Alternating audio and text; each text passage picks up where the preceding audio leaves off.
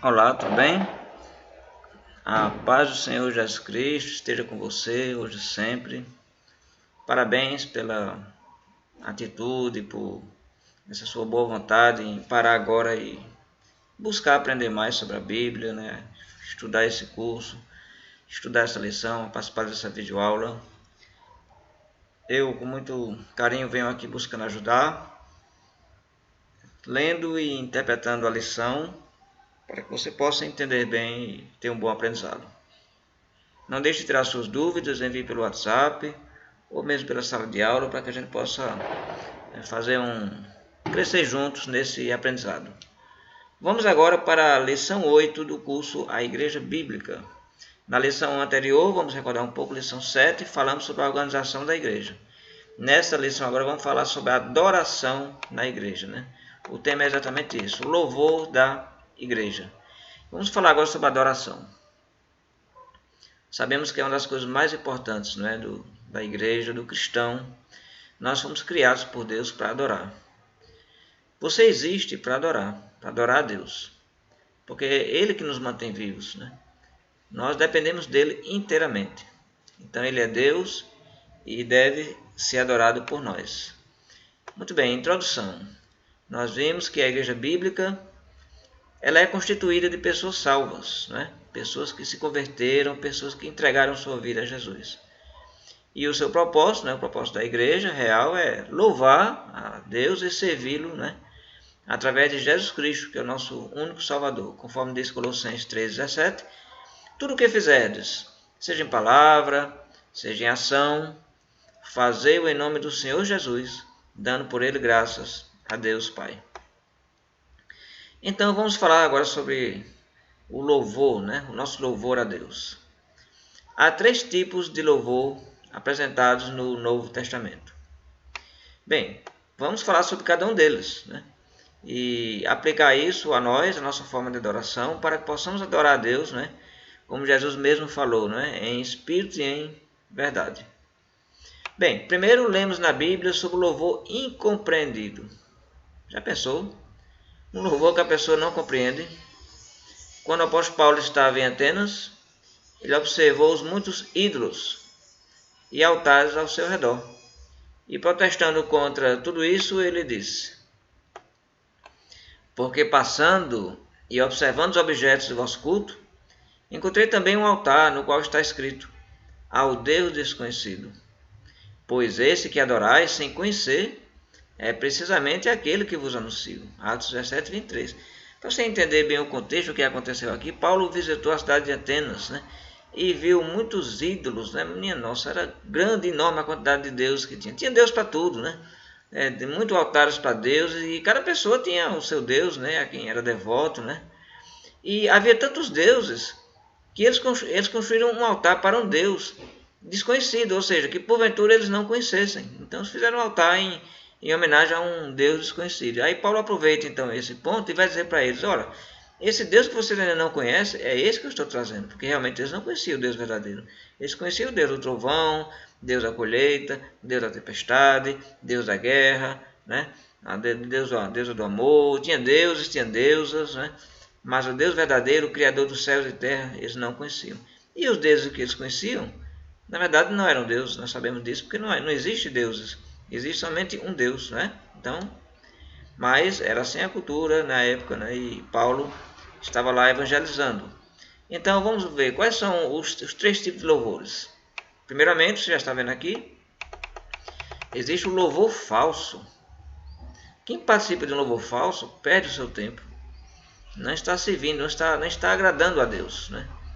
É um louvor falso, ele não está baseado na verdade, na escritura, né?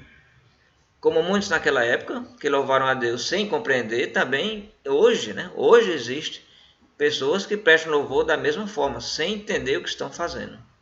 Milhões, por exemplo, se ajoelham diante de imagens, de ídolos, né? E quadros, carregam esses ídolos em enormes procissões, né? Eles fazem isso, mas eles não estão entendendo o que eles estão fazendo, né? Isso é uma tradição, né? Eles seguem a tradição. Orando a eles, né? Oram a esses ídolos, pedem auxílio, dizem que receberam graças, né? Pagam promessas, né? apesar dos ensinamentos bíblicos, contra tais práticas, né? Por exemplo, nós temos claramente aqui no livro de Êxodo, capítulo 20, versículo 4 a 5, que diz: Não farás para ti imagem de escultura, nem semelhança alguma do que há em cima nos céus, nem debaixo da terra, nem nas águas debaixo da terra. Não as adorarás, nem lhes darás culto. Êxodo capítulo 20, versículo 4 a 5. Né? Temos até aqui uma imagem, né, de santos. Né? São dessas imagens, as pessoas têm com muita devoção, né, e fazem orações e petições a eles. Né? Bem, a Bíblia proíbe, né? A Bíblia proíbe. Nesse ponto aqui, eu quero fazer um pequeno comentário, porque algumas pessoas que defendem essa prática vão dizer: ah, mas veja, mas Deus mandou construir os querubins. Você veja lá no Antigo Testamento, na arca, né? Deus mandou que Moisés colocasse 2 querubins, 2 anjos, né? Então Deus não é contra imagens. Veja bem, a gente sabe que nós devemos entender os ensinamentos da Bíblia de acordo com o seu contexto, né? Tudo existe um contexto, uma explicação, né? Uma época, né? Então ali, é verdade, Deus mandou construir, Deus mandou Moisés construir aqueles 2 querubins, né? Mas eles não havia culto para eles, eles não eram colocados em um altar, ninguém carregava eles em procissão, eles estavam unicamente sobre a arca, dentro de uma área que só o sumo sacerdote entrava, e aqueles querubins, eles tinham sentido ali, eles representavam aqueles anjos de Deus protegendo, né, a santidade de Deus ali naquela arca, né?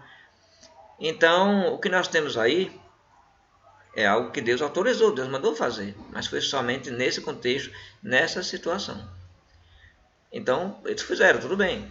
Mas depois disso, Moisés, então, já baseado nisso, já pensou se Moisés disse: bom, se Deus mandou colocar querubins, então Deus gosta disso, eu vou construir uma estátua aqui minha, vou colocar aqui, porque eu vou ter um grande trabalho para as pessoas lembrarem de mim. Também vou construir um altar aqui para uma estátua aqui no dia de Noé, que foi um grande homem, que teve o dilúvio. Moisés não fez isso. E se ele tivesse feito, ele teria que pedir autorização a Deus. E com certeza a gente sabe muito bem qual seria a resposta. Então, esse argumento não é válido. Outro versículo: Não fareis para vós outros ídolos, nem levantareis imagem de escultura, nem coluna, nem poreis pedras com figuras na vossa terra, para vos inclinardes a ela, porque eu sou o Senhor, vosso Deus. Levítico, capítulo 26, versículo 1. É simples esse ensinamento, né? Muito simples. Não é para fazer ídolos, não pode, é proibido pela palavra, não pode levantar imagens, você não pode fazer isso, está proibindo. A pessoa vai dizer: bem, mas veja bem, isso é no Antigo Testamento, né? Olha, também é proibido no Novo Testamento, também é proibido no Novo Testamento. Você pode ver aqui, nós temos aqui, por exemplo, né, textos aqui do Novo Testamento. Paulo, né, o apóstolo Paulo aqui na carta aos Romanos, condenando aquelas pessoas loucas por estarem fazendo isso, né? Olha aí, inculcando-se por sábios, aquelas pessoas se achavam sábios, né? Tornaram-se loucos, mudaram a glória de Deus, que é incorruptível, em semelhança da imagem do homem corruptível. Então, o que era isso? Ídolos que eles faziam em imagem de pessoas. Romanos capítulo 1, 22 e 23. Temos agora aqui a mais séria advertência de Apocalipse. Várias classes de pecados são condenados que não herdarão o reino dos céus. E entre esses está aqueles que praticam a idolatria. Veja aí. Quanto, porém, aos covardes, aos incrédulos, aos abomináveis, aos assassinos, aos impuros, aos feiticeiros, aos idólatras, olha aí, né? Faltou até o acento, né? Aos idólatras e a todos os mentirosos, a parte que lhes cabe será no lago que há de com fogo e enxofre. O que é idólatra? Bem, sabe, é assim, é uma pessoa que se prostra diante de uma imagem, é uma pessoa que tem um ídolo, né? Que venera ou adora, é a mesma coisa. Não, mas não adoramos, nós veneramos, é a mesma coisa. Pode olhar no dicionário. Venerar e adorar tem o mesmo sentido de adoração, prestar culto, né? E vai muito além disso, certo? Você pode não ter uma imagem, você pode não suportar uma imagem, mas é possível idolatrar outra coisa, né? É possível você praticar idolatria com um cantor. Você é fã, você idolatra, você adora aquele cantor, você tem fotos, tudo que você faz é pensando naquele cantor, e você se dedica totalmente a isso, e de repente isso ocupa a parte mais importante da sua vida. Deus está no segundo e terceiro plano, então você está praticando idolatria. Pode ser um time de futebol, né? Existe muito fanatismo e muita idolatria em futebol. Muita idolatria. Talvez as pessoas não percebam, mas existe muita idolatria no futebol. Porque as pessoas, elas idolatram seus times, seus clubes, veneram, acompanham para onde ele for, morrem, choram, se desesperam, gritam, ofendem, brigam, fazem tudo por um time de futebol. Idolatria. É preciso idolatrar pessoas próximas a nós, o marido, a esposa, um filho, né? Alguém que você ama demais. Olha, tudo que você ama mais do que Deus é idolatria.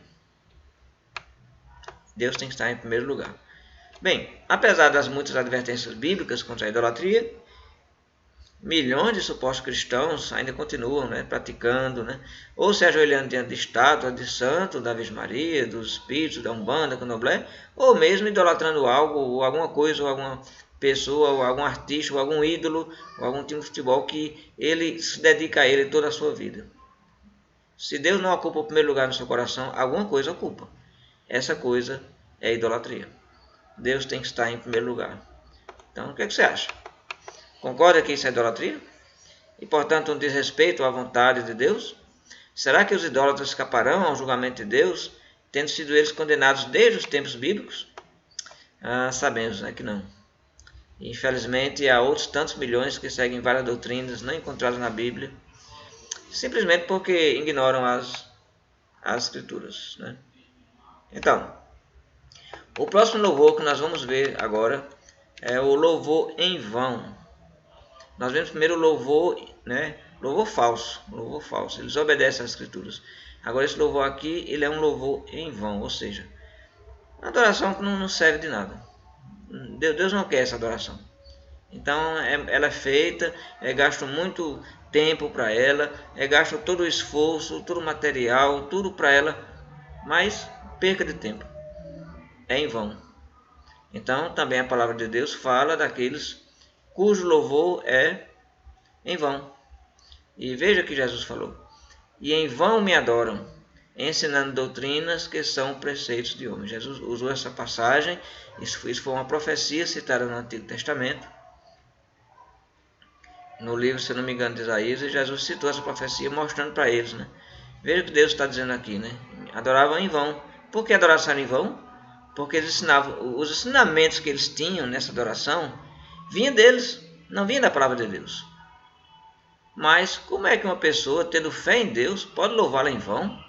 Então vamos enumerar aqui várias maneiras de como isso pode acontecer. Primeiramente, a pessoa que não obedece a Deus, permanecendo em pecado, louva-o em vão. Isaías capítulo 59, versículo 1 a 2, lemos o seguinte: eis que a mão do Senhor não está encolhida, para que não possa salvar, nem surdo o seu ouvido, para que não poder ouvir. Mas os vossos pecados, né, as vossas iniquidades, fazem separação entre vós e o vosso Deus. E os vossos pecados encobrem o seu rosto de vós, para que não vos ouça. Então veja aí, né, que difícil era a situação daquele povo, né? Deus não estava ouvindo eles, por conta da prática deles. Por isso sabemos que o rebelde não tem ligação com os céus em suas orações e louvores, por causa da desobediência à palavra. Então você quer que Deus escute o seu louvor, sua adoração, a sua oração? Busque obedecer, busque fazer o que Ele quer, né? Por mais difícil que seja, mas temos que nos esforçar para agradar e obedecer a Deus.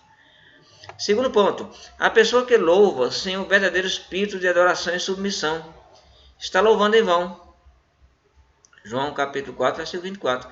Deus é espírito e importa que os seus adoradores o adorem em espírito e em verdade. Jesus falando. Então, gente, vocês sabem, pessoas que estão no momento de adoração olhando o celular, pessoas que estão apreensivas pensando no que vão fazer depois, pessoas que estão conversando, pessoas que estão comendo, estão lanchando, estão lanchando, né? Pessoas que estão totalmente dispersas, elas estão em corpo ausente, né? Aliás, corpo presente, exatamente, é isso, é o corpo presente. O corpo está presente, só o corpo, entende? Só o corpo que está presente. A mente e o espírito está longe. Então, essa adoração é em vão. Está perdendo o tempo. Deus não está aceitando, né? Nós temos que estar concentrados em Deus, em espírito, né? Não é para estar olhando celular, não é para estar conversando, não é para estar comendo, não é para estar fazendo outras coisas. Você tem que ter noção, acorde para Jesus, como diz aquele ditado, acorde para Jesus. Você está na presença de Deus. Você tem ideia o que é isso? Você já pensou, sabe o que é estar na presença do Deus Todo-Poderoso, que sustenta a sua vida, e cada segundo de respiração que você dá é pela permissão desse Deus? Então as pessoas têm que entender que elas estão diante do Deus Todo-Poderoso. Não é o momento para se comportar como você está assistindo televisão ou caminhando numa praia, não é isso? Então esse louvor se torna em vão. Terceiro ponto. A pessoa que presta culto a Deus conforme as suas próprias ideias e vontade, essa louva em vão. Ou seja, em vez de ela adorar de acordo com a palavra, ela adora de acordo com as suas ideias ou de acordo com as ideias e pensamentos dos seus líderes, né? Da sua religião, da sua tradição, mas não está de acordo com a palavra de Deus. Esse louvor é em vão. E nós temos aqui uma história dramática, né? Levítico capítulo 10. Encontramos a história de Nadab e Abiú. Vamos falar sobre essa história na nossa próxima videoaula.